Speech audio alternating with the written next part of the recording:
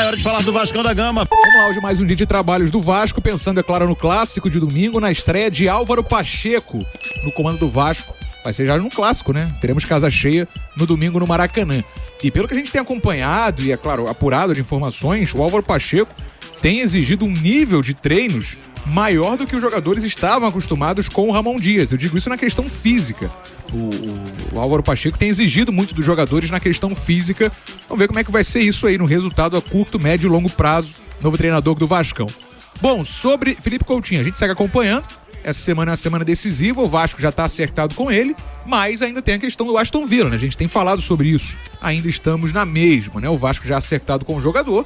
É claro, às vezes o pessoal pergunta, tá assinado ainda? Não, porque ele pertence ao Aston Villa. Isso ainda tem que ser acertado também com o clube inglês e assinado, né? Depois disso que ele pode definir o futuro dele no Vasco ou não. O Felipe Coutinho, o Vasco também aí, que tende a negociar com o Souza, o volante Souza, criado também na Colina, e que deve estar no Maracanã no próximo domingo para acompanhar o clássico, justamente ao lado do Coutinho. Teremos aí a dupla Souza e Coutinho acompanhando no próximo domingo o clássico no Maracanã. Sobre a reforma de São Januário, agora de manhã rolando, mais uma reunião, ontem teve na Câmara dos Vereadores e agora com a Câmara Comunitária da Barra da Tijuca. A gente já explicou isso aqui algumas vezes, mas o potencial construtivo de São Januário vai para a Barra, então a Barra poderia receber mais um equipamento público, mais um equipamento para torcedores, então isso geraria um impacto também. Os moradores da Barra tendem a concordar e aí depois teria uma outra reunião com os moradores da Barreira do Vasco e do bairro Vasco da Gama em volta de São Januário. Com tudo isso concluído, poderíamos ter a reforma começando no fim do ano, como é o planejado, para em dezembro começar a reforma de São Januário, para ter um caldeirão aí até 45 mil torcedores. Esse é o plano. Gabriel, vamos lá. Sobre São Januário, existe a expectativa. A gente encerrou 2023 achando que ia iniciar 2024 com São Januário já fechado. Não aconteceu. Mas parece que está perto, né, dessa reforma, né? Eu acho que do final desse ano não passa. Eu acho até que é prudente o Vasco levar a temporada dentro de casa, né? Já não começou legal, né, a temporada. Então você leva a temporada em São Januário e no final do ano inicia essa obra, que vai ser muito importante. A gente tem falado sobre isso. Eu sempre falo em respeitar a tradição do estádio, mas tem que modernizar. São Januário hoje ficou para trás, né? A gente tem que falar que o português, claro, estrutura para trabalho, estrutura pro torcedor, aquele jogo com o sol batendo firme, o cara tendo que sentar naquela arquibancada sem conforto. Então que o Vasco caminhe nessa direção e pelo visto vai caminhar muito bem. Bom, sobre o clássico de domingo, irmão, já existe, né, um peso muito grande no Vasco e Flamengo de qualquer maneira, mas essa partida ela tem uma importância muito grande para os dois lados. Um, pelo trabalho do Tite, que vem sendo ainda muito questionado, né? Aquele jogo na Amazônia gerou muitas críticas também. O próprio jogo de ontem, a gente viu aqui a torcida meio insatisfeita.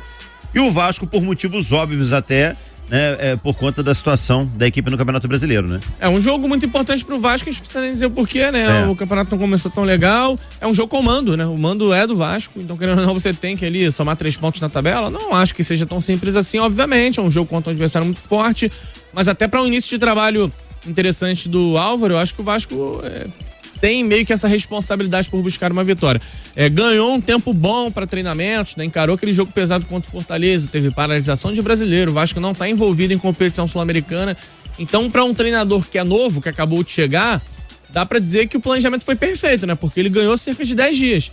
Tem usufruído de um tempo de 10 dias para montar essa equipe que vai encarar o Flamengo. Início de trabalho, a gente precisa ter um pouco de paciência, um treinador conhecendo o futebol brasileiro, conhecendo o elenco do Vasco, mas esse período eu acho que já é o suficiente para ele pegar aquilo que de positivo aconteceu no trabalho do Rafael Paiva, tentar ampliar a confiança dos jogadores e já se conectar com seus atletas para domingo fazer uma boa partida, porque a gente não pode fugir aqui do fato que o Flamengo é mais time do que o Vasco. Então a forma que o Vasco tem, né, de equilibrar um pouquinho essa balança é sendo organizado, é sendo um time intenso, e imagino que esse tempo já de trabalho deu ao Álvaro essa oportunidade.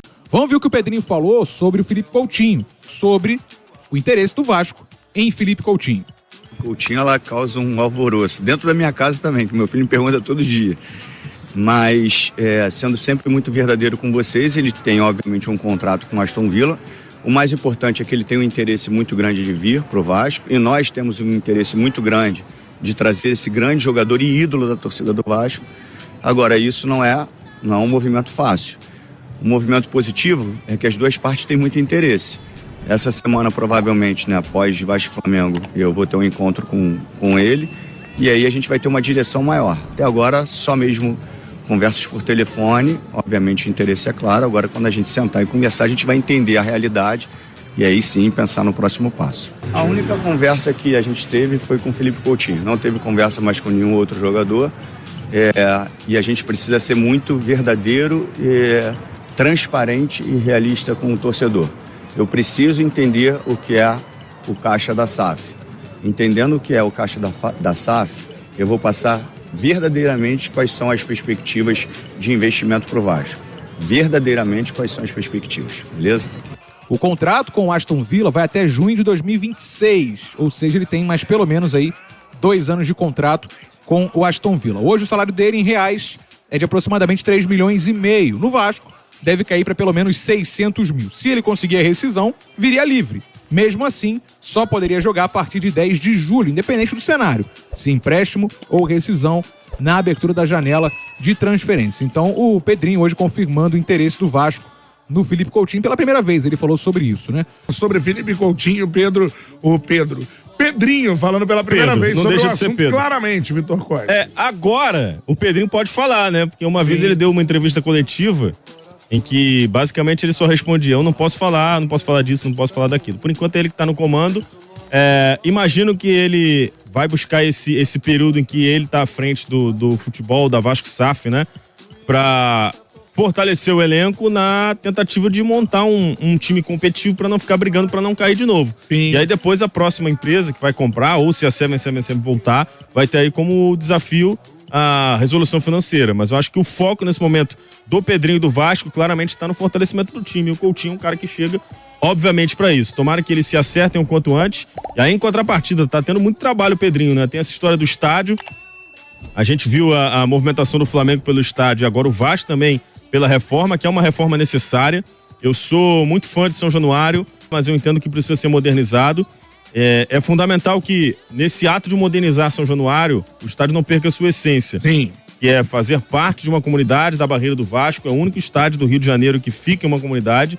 E é um estádio que tem uma acústica que poucos estádios no Brasil têm.